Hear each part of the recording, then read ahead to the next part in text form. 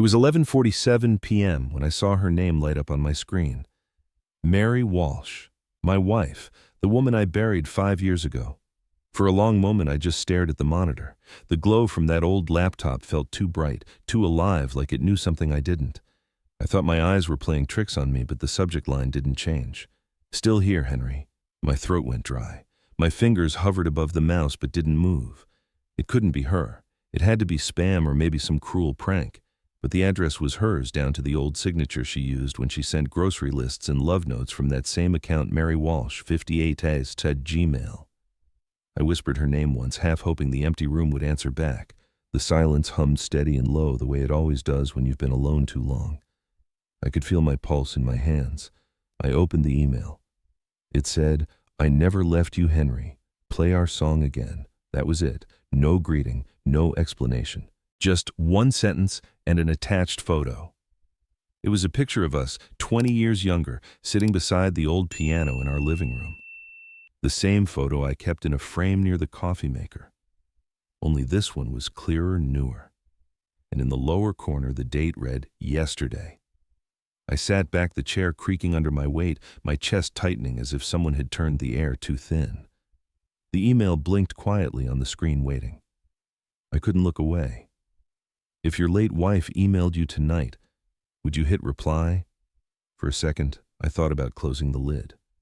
Pretend I never saw it. But my hand wouldn't move. Every hum of the refrigerator, every creak in the house felt louder now, like the walls were listening. Grief makes you imagine things. But this didn't feel imagined. It felt addressed. Morning light pressed through the blinds like it had nowhere better to be. I still made 2 cups of coffee, one for me, one for Mary. The second cup always went cold. I never stopped setting her place at the table. Same chipped mug, same spoon with the crooked handle. It wasn't a ritual. It was just something my hands kept doing long after my heart forgot why. The house stayed quiet except for the hum of the refrigerator, the one that sounded like a soft breath if you listened too long. I'd been retired 8 years, used to teach music at the high school down the road. These days I mostly teach myself how to stay awake until sunrise. I live just outside San Jose, quiet street, old neighbors gone, new ones never wave. Laura, my oldest, works in Palo Alto, some tech company I can never remember the name of. She says she's busy and I believe her, she always was. Chloe, the younger one, is a nurse in Chicago. She calls once a week sometimes on video, but I never know where to look. When she asks how I'm doing, I tell her the truth that fits in one word. Fine. We talk, but no one really says anything. That morning I stared at the email again, the first one. I tried to change the password thinking maybe someone hacked it, maybe a scam. Access denied, the screen said. I called Google's helpline, waited 20 minutes and got a man named Kevin who sounded 20 and tired. He told me the account had been reactivated just last week. I asked how that could happen if the owner was gone. He said, "Could be a bug, sir, or someone with recovery access." Recovery access. The words hung there heavy. Mary's email was linked to our old insurance and a joint savings account. Laura handled that paperwork after the funeral. I remembered her saying, "Don't worry, Dad. I'll close everything out." But now a thought I didn't like crept in. Was she closing things? Or opening them? The rest of the day passed in half-thoughts. I cleaned the same counter twice, fed a cat that's been gone 3 years, talked to the empty chair across from me. Habit, I guess. Some habits keep you alive. Some just remind you that you still are. That night at 11:47, exactly another email came. Same address, same subject line. This one said, "Don't be afraid, it's just me." I read it once, then twice. Each word felt ordinary until it wasn't. The period at the end seemed to pulse, like it was waiting for an answer. I shut the laptop, stood up, paced the room, told myself not to read into it, but I did anyway. Was it comfort or control? If someone wanted to calm me, why did it feel like they were watching? The next morning I checked the router log. It's something Laura once showed me how to see what devices connect. One address looked too familiar, Palo Alto. I stared at it so long my eyes burned. Laura lived there. Laura worked in tech. Laura had access. I didn't call her. Didn't want to sound like the crazy old man who thinks ghosts send emails. Instead, I sat by the window, the sun too bright for someone who hadn't slept. I whispered, "Why would you do this, Laura?" But even saying her name felt like betrayal. The third night, no message came. I waited anyway, stared at the screen until my reflection blinked back. For a second, I couldn't tell if the man in the glass was me or the ghost Mary left behind. The following morning, I tried to distract myself, tuned the old piano, the one she used to play before dinner. The keys felt colder than usual. When I pressed one, it gave off the faintest vibration, or maybe that was just my pulse pretending to matter. I made lunch and left the second plate untouched. The smell of grilled cheese filled the kitchen, heavy and sweet. Halfway through, I caught myself glancing at the laptop again. The screen was dark, but I could feel it waiting. In the afternoon, Chloe called. I answered on speaker, hands shaking. She said, "Dad, you sound tired." I lied. Didn't sleep much. Too much coffee. She laughed the way people do when they don't know what else to say. Before hanging up, she asked, "Have you talked to Laura lately?" I said, "Not yet," and didn't tell her why. I walked back to the living room, looked around. Every photo, every shadow, every object still had Mary's fingerprints on it. I'd spent 5 years pretending that keeping her things meant keeping her close. Now with these messages, it felt like she'd never left, and I didn't know if that was comfort or cruelty. That night I waited again, laptop open. My hands hovered over the keyboard. The clock hit 11:47. A new message slid in. But it didn't come from anywhere I could trace. No header, no sender. Just the same subject. "Still here, Henry." And a line inside, "You always forget to turn off the porch light." I froze. Because that night I had. The switch was still down, glowing faintly through the curtains. I didn't sleep. I just sat there listening to the hum of my house, trying to decide which was worse, that someone else was inside my life or that maybe I wasn't alone after all. The next morning I told myself it had to be coincidence. I opened the router log again. Same Palo Alto address, Laura's city. I thought about calling her, asking, gently testing the waters. But what if she lied?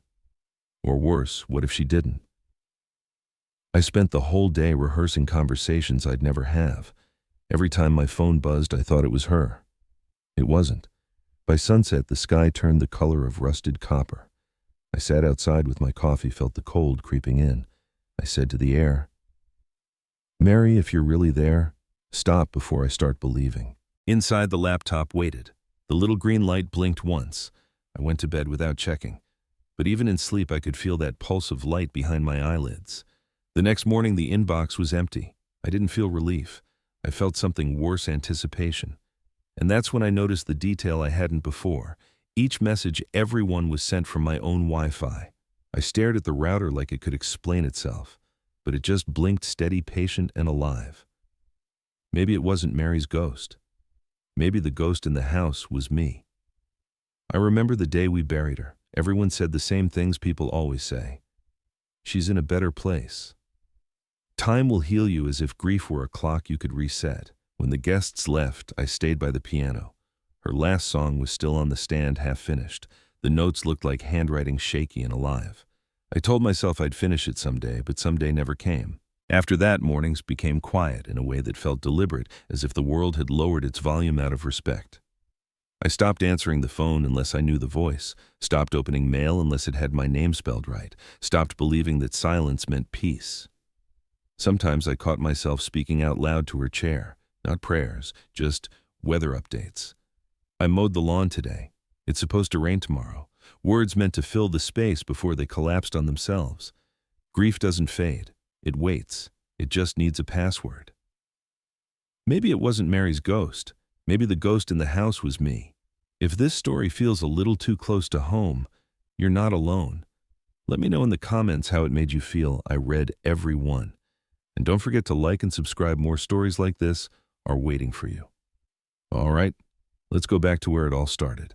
I met Mary in the spring of 1975 in a classroom that smelled like old sheet music and chalk dust. I was 24, teaching beginner piano at the community center. She came in late, holding a notebook too small for all the songs she wanted to learn. Her hair was dark, then tied back with a pencil, like she couldn't decide if she was there to study or to rewrite the notes herself. The first thing she said to me was, "I don't read music, I just listen," and she did. When she played, it wasn't perfect. She missed a chord, laughed, and said, "Guess I'll never make it to Carnegie Hall." I told her that's fine. I never did either. From that wrong note, everything right began. We married 3 years later after too many late lessons and too few reasons to stay apart. The house we live in now was the first thing we bought together.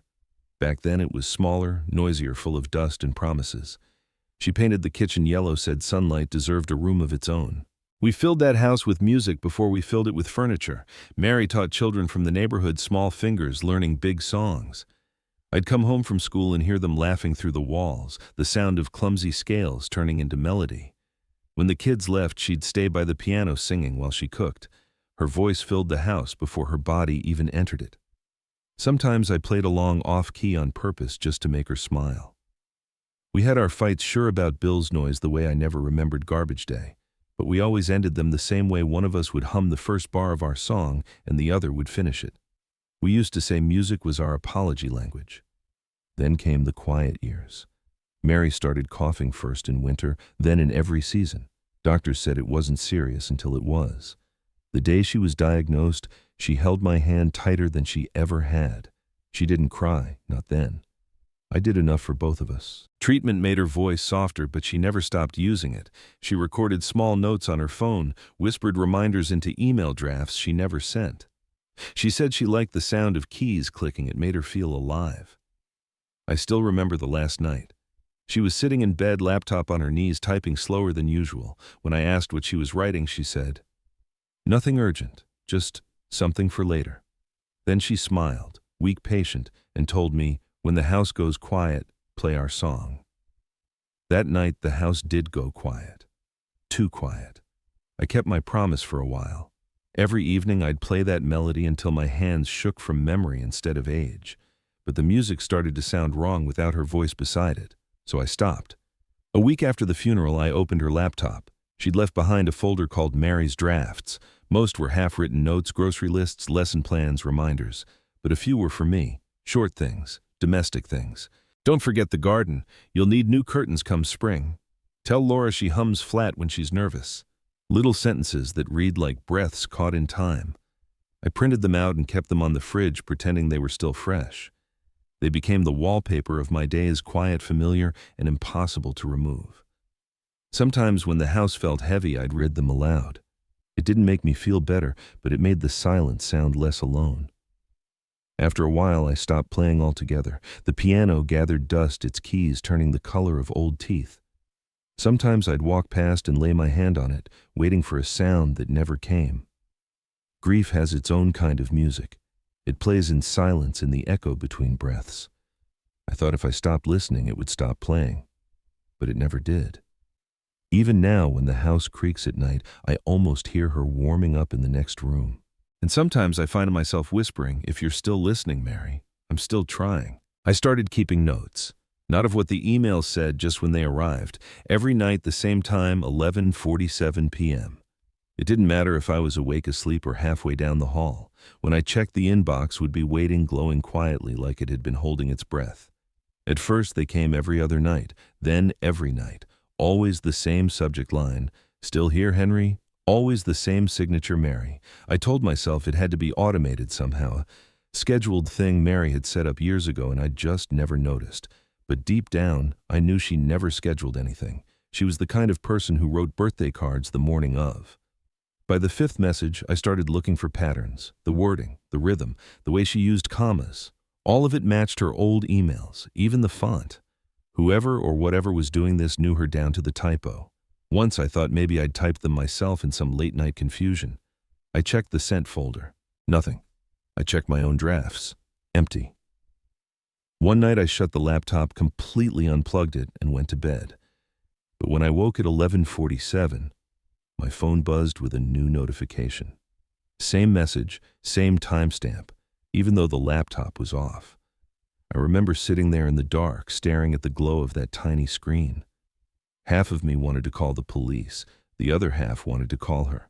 I started seeing her everywhere after that, in reflections in corners, in the spaces I used to ignore. Not ghosts, just memory sneaking in through the cracks, but each time my eyes went to the clock. 11:47. It wasn't the time of her death, not the anniversary of anything, just random. Or maybe random was the point. After 2 weeks, I stopped pretending it didn't bother me. I drove to the store, bought a new router, changed passwords, even unplugged the phone line. The next night, same thing. The message came anyway. That's when I decided to go to Palo Alto. Laura didn't expect me. She lived in a neat apartment complex surrounded by people who never looked up from their phones. When she opened the door, she smiled, surprised but polite. "Dad, what are you doing here?" I told her I'd been in the area. It was a lie. I hadn't been in the area since Mary's funeral. Her place was tidy the way she likes control. Photos on the wall, her Chloe and one of Mary framed beside a certificate from work. She asked if I wanted coffee. I said no. I already had too many ghosts keeping me up. While she brewed hers, I noticed her laptop on the kitchen counter. The screen was on sleep mode. And there, faintly glowing, was the same wallpaper Mary used, the one of us in Yosemite. The same one from the first email attachment. My chest tightened. "Laura," I said quietly. She turned a mug in her hand. "Yeah," I pointed to the laptop. "Why do you have that picture?" She frowned. "What picture?" I walked over, touched the touchpad. The screen lit up. Her email inbox appeared, same interface, same layout, even the same signature, Mary. I didn't yell at first. I just stared. And when I finally spoke, my voice came out small. "Why are you doing this?" Her eyes widened. "Doing what?"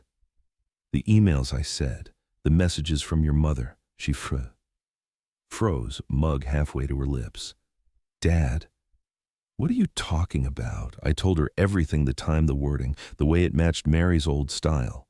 She set the mug down too fast. Coffee spilled on the counter, dark and quick. Then she said it barely audible. "I just didn't want you to feel so alone." Something in me broke then. All the grief I'd been holding back turned to something else, hot, sharp, alive. I slammed my hand on the counter. "You used her words.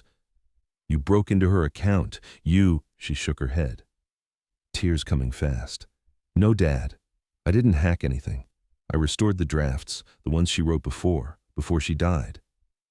I snapped. Her silence was answer enough. "So that's it. You thought pretending to be her would fix me." "It wasn't pretending," she said, voice trembling. It was remembering. I wanted to leave right then, but I couldn't move. I saw her face, saw Mary's eyes in it, and felt both love and rage tearing through the same vein. She stepped closer. "Dad, please, I only wanted her," I shouted. The sound came out of me like a cough that had waited 5 years to escape. "You can't resurrect love by copying it." She flinched as if I'd hit her. Her lips trembled, and for a moment she looked like she might collapse. "I'm sorry," she whispered. "I just thought—" But I wasn't listening anymore. I grabbed the laptop and opened my inbox. There they were, dozens of messages lined up like soldiers. I selected all of them, hit delete, then emptied the trash. When the screen went blank, I felt something inside me go with it. Silence filled the room again, thicker this time, heavier. Laura's voice cracked behind me. "Dad, please don't do that." But I did. And when it was done, I closed the lid. The sound was final, like a coffin sealing. I turned to her, shaking half from anger, half from exhaustion. "I trusted you," I said quietly. "I trusted you to leave the dead alone." Then I walked out. Didn't wait for her to follow. Didn't look back. I drove home in silence. No music, no radio, just the road stretching between me and everything I'd already broken. The highway lights smeared across the windshield like ghosts that didn't know where to haunt. When I got back, the house felt smaller. It always did after a fight. I sat in the dark kitchen staring at the empty second cup still sitting where I'd left it that morning. The coffee had gone cold hours ago, a black mirror reflecting nothing I wanted to see. I told myself I'd done the right thing, cut the cord, face the lie, stop the pretending, but the quiet that followed wasn't peace. It was punishment. I didn't sleep that night. Every sound felt alive, the clock ticking, the pipes moaning, the creak of the house shifting like it had something to say. By dawn, I was too tired to tell if the ache in my chest was guilt or grief wearing a new face. I made coffee again. 2 cups, out of habit, out of stupidity. The second cup always went cold. When I opened my laptop, the inbox was empty just as I'd left it. For the first time in weeks, no new message. I thought that meant I'd won. It didn't. By noon, I started hearing the phantom buzz of a notification that wasn't there. My brain kept inventing it, some echo of the old routine. I'd glance up, half expecting to see her name again, half dreading it. Nothing. That's when I realized what scared me more than the messages themselves, the silence without them. 2 days passed like that. No messages, no calls from Laura. I figured I'd made my point, whatever point that was.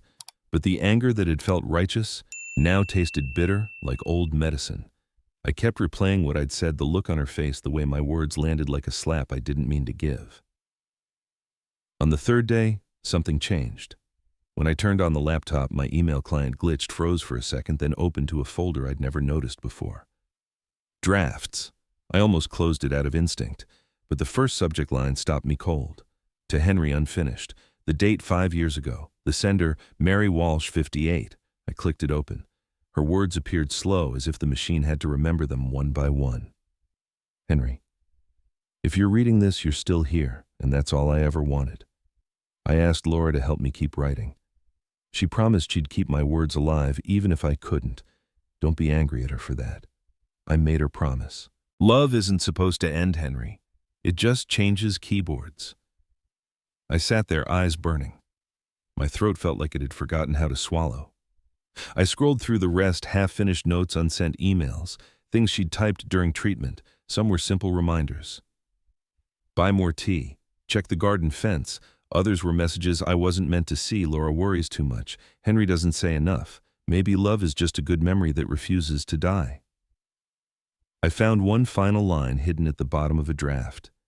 If you ever see my name again, don't be afraid. That means we kept our promise. My hands shook so hard the mouse slipped from my fingers. The cursor blinked on the screen, waiting like it always did, patient and quiet. I didn't know if I wanted to scream or pray. All I knew was that I'd been wrong. When the doorbell rang that afternoon, I knew it was Laura before I looked. Her knock had always been light, like she wasn't sure she was welcome. I opened the door. She stood there, eyes red, holding something in both hands, my old USB flash drive. I found this in Mom's desk, she said. I think it's yours. I didn't take it right away. Why are you here? I asked, quieter than I meant to. To finish what she started, she said. We didn't talk much after that. She followed me to the kitchen, sat where her mother used to.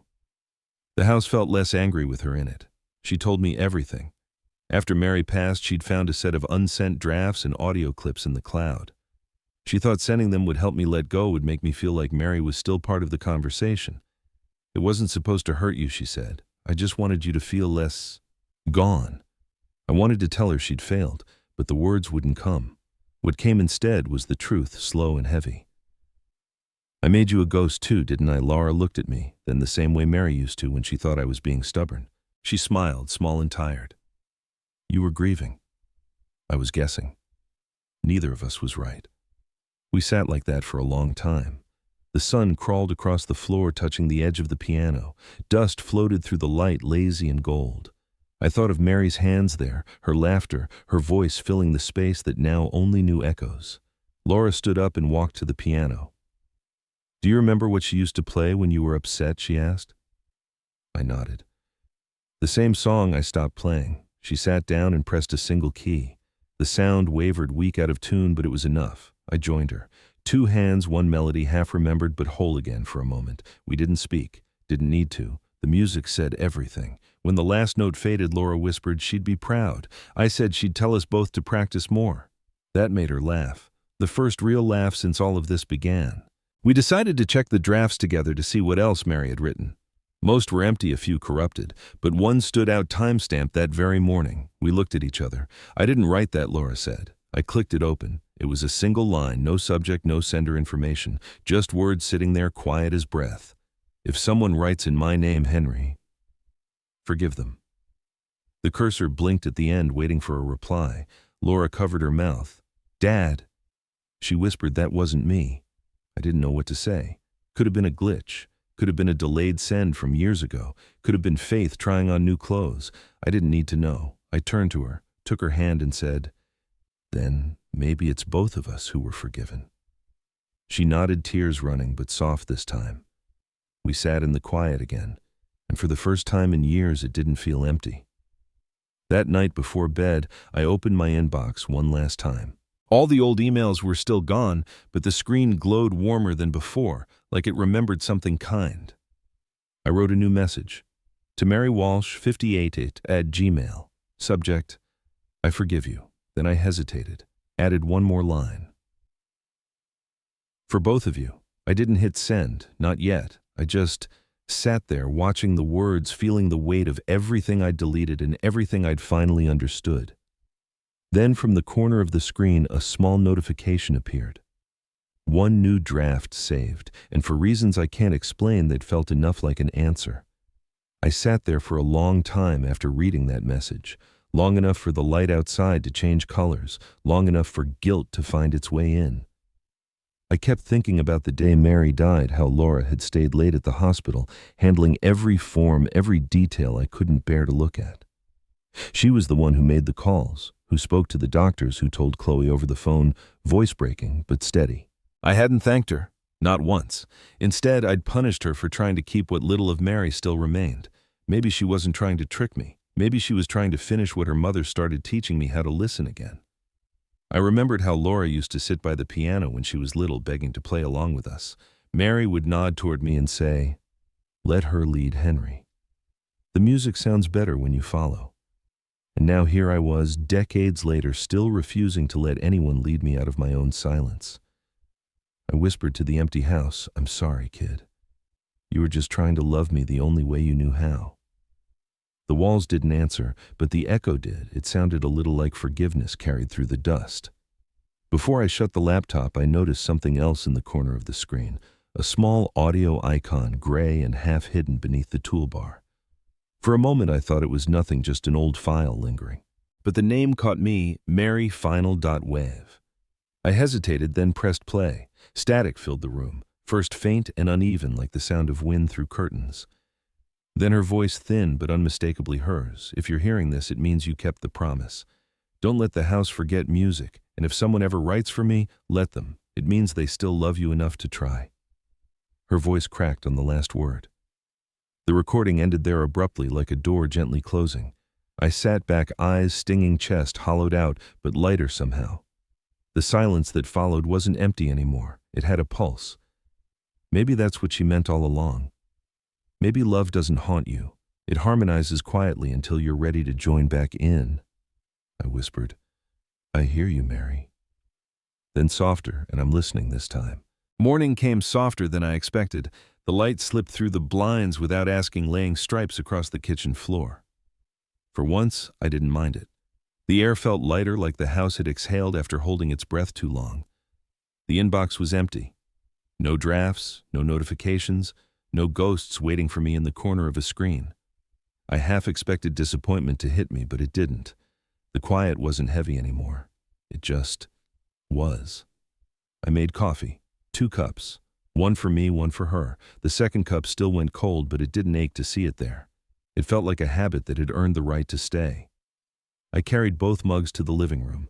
The morning sun touched everything it could reach: the picture frames, the dust, the piano. For the first time in years, I didn't avoid looking at it. I just let it be there, like an old friend I'd finally stopped pretending I didn't recognize. The house hadn't changed. I had. I used to think grief was something you walk through, like a storm that eventually passed. But it's more like moving into a room with no doors. You don't escape it. You just learn where the light switch is. I sat down with my notebook and wrote a single line. Silence became my only company, and I called it peace. It looked smaller on paper than it had felt in my chest. I used to believe Mary was the only one who understood me. But maybe that wasn't true. Maybe Laura understood too, she just didn't know how to speak in a language I could still hear. Mary had used music. Laura had used words. Both of them were only trying to reach the same man who refused to listen. I looked at the printed drafts on the table. The ink had started to fade, curling slightly at the corners. I thought about throwing them out, starting fresh. But then I realized forgiveness doesn't erase the past, it frames it differently. I picked one up. The one that read, "Don't forget the garden." I smiled. Outside, weeds had claimed the soil, wild and stubborn, but alive. Maybe that was Mary's way of saying, "You're still here, so is everything you love." I spoke aloud, because silence never learned to listen. "Maybe forgiveness isn't a gift you give to others," I said. "Maybe it's a door you finally unlock for yourself." I don't know who I was talking to, Mary, Laura, or the part of me that never said sorry soon enough. but the words didn't feel wasted. They felt planted. I walked to the piano. The bench creaked under my weight like it remembered me. Dust shimmered on the keys, soft and forgiving. I laid my hands down, one hesitant one steady. The old melody came back like it had just been waiting its turn. The first notes cracked thin and uncertain, but after a few bars, they started to sound like something alive again.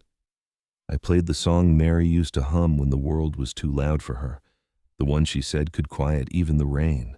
As I played, I spoke under my breath. You said when the house goes quiet, I should play our song. Maybe this is me keeping the promise. The melody filled the room, not perfectly, not clean, but enough to make the air tremble in all the right places. I could almost feel her standing behind me, her hand on my shoulder, steadying the rhythm like she used to do. I didn't stop until my fingers ached. When I finally did, I let the last note ring out as long as it wanted. The echo reached every corner, brushed every memory, and faded gently like someone walking out of a room without closing the door. I looked toward the empty chair across from me. For the first time, it didn't look empty. It just looked peaceful. I remembered the last time Mary taught a student here, a little boy named Jacob, 7 shy, all elbows and nerves. He couldn't play a full song without stopping halfway to apologize. Mary never corrected him harshly. She'd just tap the rhythm on the side of the piano and say, "Don't worry about wrong notes. They're just the sound of you trying." That day, I'd stood in the hallway listening through the half-open door. The music wasn't perfect, but the laughter that followed every mistake was. It filled the house in a way no recording ever could. After the lesson ended, Mary looked up and caught me spying. She smiled and said, "See, Henry? Even wrong notes can be beautiful if you let them finish." Now, sitting in the same room years later, I finally understood what she meant. Maybe life wasn't about playing every note right. Maybe it was about forgiving the ones that didn't sound like they belonged. Outside, the wind moved through the garden, bending the tall weeds like they were keeping time. I whispered, "You never really left, did you?" The house didn't answer. It didn't need to. Sometimes the quiet says everything. Later that afternoon, I went outside for the first time in weeks. The air smelled like damp soil and memory. The weeds were taller than I remembered, waving like a small, patient crowd. I knelt down, brushed the dirt from the old flower bed where Mary used to grow lilies. The ground was stubborn, but not dead, just waiting for care. I pulled a few weeds, loosened the soil, pressed a seed between my fingers. It wasn't gardening. It was an apology. Every handful of dirt felt like a word I should have said sooner. When I stood up, the sun was setting, light spilling across the windows. Inside, the piano caught the glow gold on its keys, and for a moment I could swear the light flickered like someone had just turned a page. I took one last sip of coffee, cold but familiar. Then I turned back to the piano, pressed a single note, and smiled. If you ever lost someone and wished for one more word, one more song, what would you say if they answered? The next afternoon settled over the house like a sigh, warm, slow, forgiving. For once, I didn't rush to fill the silence. It felt earned. I sat on the porch with my coffee, the cup heavy but familiar in my hand.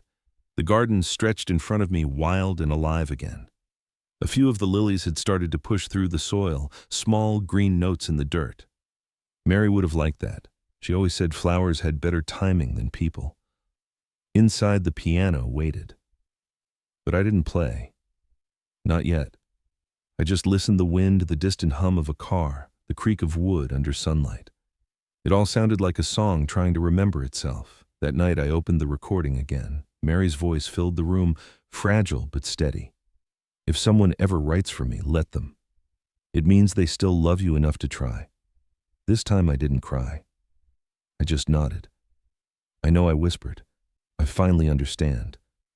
The cursor blinked on the screen beside me, waiting for something to say. So I opened a new email to Laura. Subject, about the garden.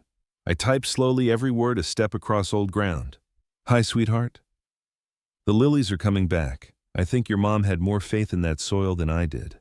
I'm sorry I made you carry her memory alone. You did it out of love, and I see that now. Thank you for writing when I couldn't, for keeping her voice alive. I'm starting to hear it again. Love, Dad.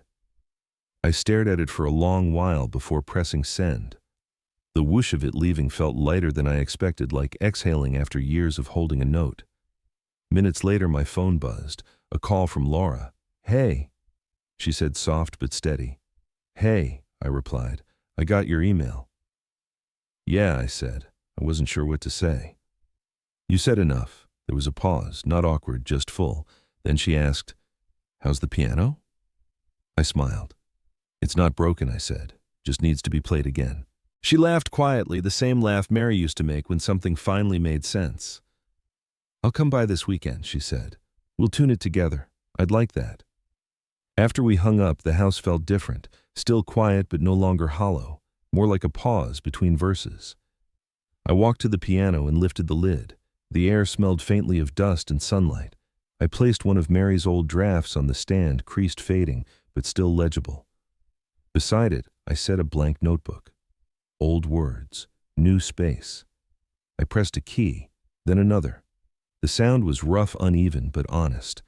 I started to play the song again, our song, the one Mary said could quiet even the rain. The melody stumbled at first, then found its footing. Each note felt like a breath I'd been saving for too long. I played until my hands stopped shaking, until the air itself seemed to hum in tune. As the music filled the room, I spoke quietly. "Maybe you weren't teaching me to remember you. Maybe you were teaching me to keep listening." For a moment I felt her there, not behind me, not beside me, but within the rhythm itself. Every note was hers and mine and Laura's all at once. It didn't feel like loss anymore. It felt like return. When the final chord faded, I didn't move right away. I just sat there, hands resting on the keys, letting the quiet finish the song. "Love doesn't leave," I whispered. "It just waits for you to hear it again." I thought of the first time she ever said she'd never leave. It was 1978 during a blackout. The storm had cut power to half the town, and we sat on the kitchen floor, candles flickering like nervous hearts. I remember her whispering, "If the lights ever go out, you'll still find me in the dark. Just listen for the melody." Back then I laughed and said she was too dramatic. Now I understood. Maybe she wasn't talking about power outages or storms. Maybe she was preparing me for the kind of darkness that comes after love ends, and how to keep walking through it without getting lost. She had always been teaching me how to hear what silence was trying to say. I closed the laptop, folded the draft, and stood. The window was open, the air soft with evening. Somewhere outside, the wind touched the chime Mary hung years ago. It sang one clear note, the same as the first in our song. I smiled. Maybe that was her way of saying goodnight. But as the chime faded, I noticed something on the screen. The monitor had come to life again, faintly glowing. A single notification blinked in the corner. One new message. No sender, just 2 words. "Still here." I hesitated, staring at those 2 words. For a second I thought about closing the laptop again, but curiosity, or maybe hope, won. I clicked the message open. No attachments, no formatting, just a single line. "Play the song, Henry. The house remembers too." The cursor blinked beneath it, waiting for a reply. I didn't type one. I just smiled, leaned back, and listened. Somewhere outside, the wind brushed the chime again, and for a moment the whole house seemed to hum along, soft, steady, alive. I whispered, "All right then, one more time." And this time, when I sat at the piano, it didn't sound like goodbye. It sounded like home. The house was quiet again. Not the hollow kind of quiet that follows loss. This one breathed. The song had ended, the air still trembling with its last vibration. I sat for a while, hands resting on the keys, the faint warmth of the music still under my fingertips. Outside, the wind moved through the chimes, the same soft note repeating like a whisper that refused to die. I smiled to myself. "That's it, Mary," I said softly. "That's the last song." The words floated up, gentle, uncertain, then dissolved into the air. No answer came, only the creak of the house, the distant hum of the refrigerator, and the steady tick of the old wall clock keeping its own rhythm. For the first time in years, silence didn't feel empty. It felt full. I stood stretched, ready to turn in for the night, but just as I reached for the light switch, the laptop screen flickered to life. A single notification blinked in the corner. From Mary Walsh, 58, auto-save. My stomach tightened. I stepped closer, the glow spilling across the piano lid. There it was, one email unsent but alive. No subject, no text, just an attachment, Mary draft audio 2. Wave. I hesitated, then slipped on my headphones. The play button felt heavier than it should have. For a moment all I heard was static, the soft rush of time between memories. Then her voice. Henry, if you're hearing this, I guess you kept playing. That means you're ready. Don't look for me anymore. I'm right where you are. It wasn't the tone of someone far away. It was close, too close, like she was standing just over my shoulder. I didn't cry, I didn't speak. I just let the words sit there warm and trembling until the silence returned. When the audio stopped, I heard a faint click from the laptop, a soft, familiar sound I hadn't heard in months. The sound of a draft saving. I leaned forward. The inbox was empty again. No sender, no attachment. Just a quiet line at the bottom of the screen. Draft saved 11:47 p.m. I looked around the room, the piano, the empty chair, the soft curtains shifting in the night breeze. Somewhere the chimes sang one last note. I smiled. Voices fade, I said quietly, but guilt echoes louder. The sound lingered longer than it should have, and for a moment I could have sworn the echo called my name.